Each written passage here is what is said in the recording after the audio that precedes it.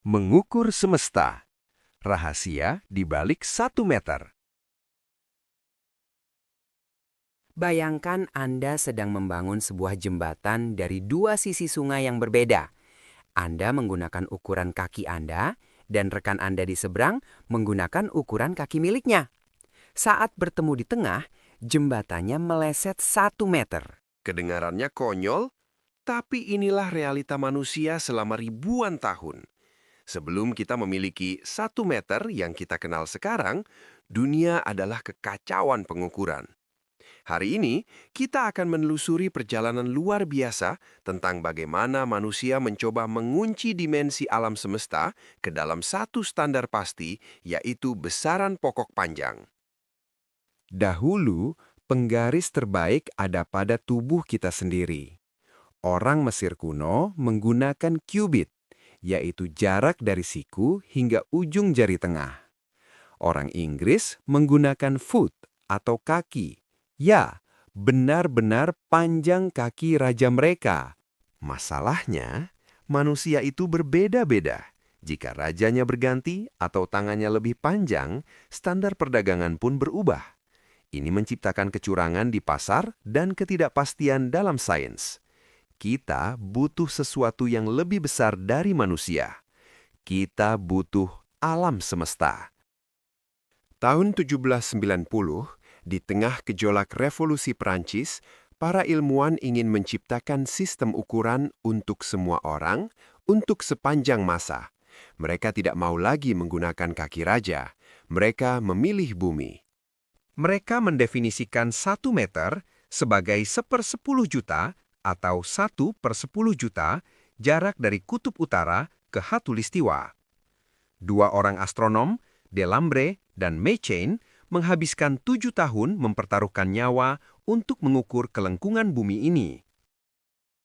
Hasilnya, lahirlah Mètre des Archives, sebuah batang platina murni di Paris yang menjadi standar bagi semua penggaris di dunia.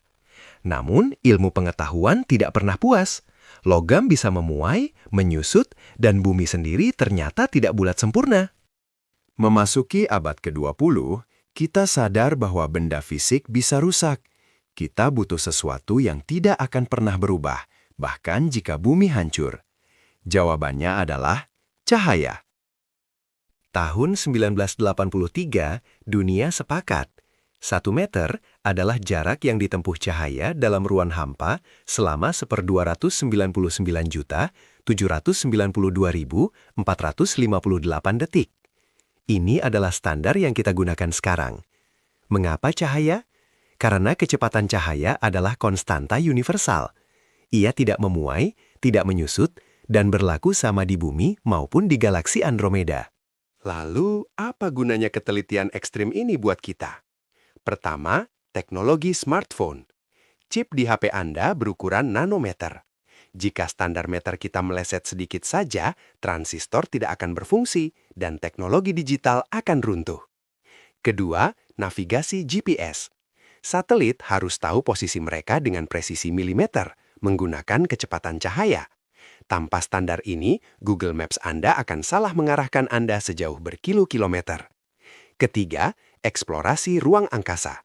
Untuk mendaratkan robot di Mars yang berjarak jutaan kilometer, kesalahan 1 mm di bumi bisa berarti meleset ribuan kilometer di sana.